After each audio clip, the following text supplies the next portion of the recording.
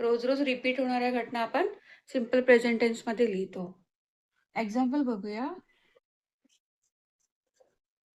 The sun rises in the east, म्हणजे सूर्य पूर्वेला उगवतो. हे काय झालंय? क्रियापद, वर्ब आहे हा. प्रेझेंट टेन्स मध्ये लिहिलाय तो. दुसरा आहे she goes to school every day, म्हणजे ती रोज शाळेत जाते. रोज आहे ना, ज्यावेळी घटना एखादी प्रत्येक दिवशी होत असेल त्यावेळी आपण सिंपल प्रेझेंट टेन्स वापरतो. She goes to school every day. He studies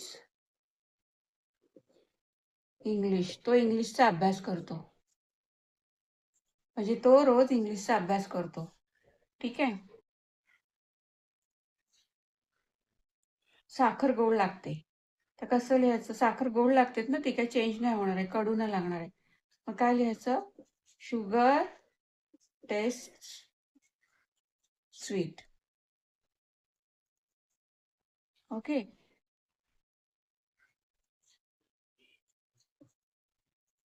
the sun sets, म्हणजे मावळतो.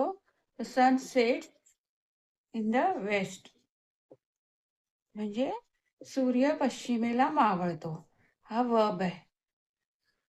ठीक आहे.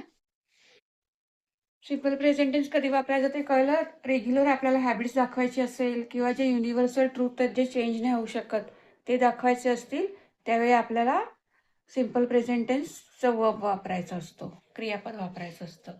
Okay, thank you.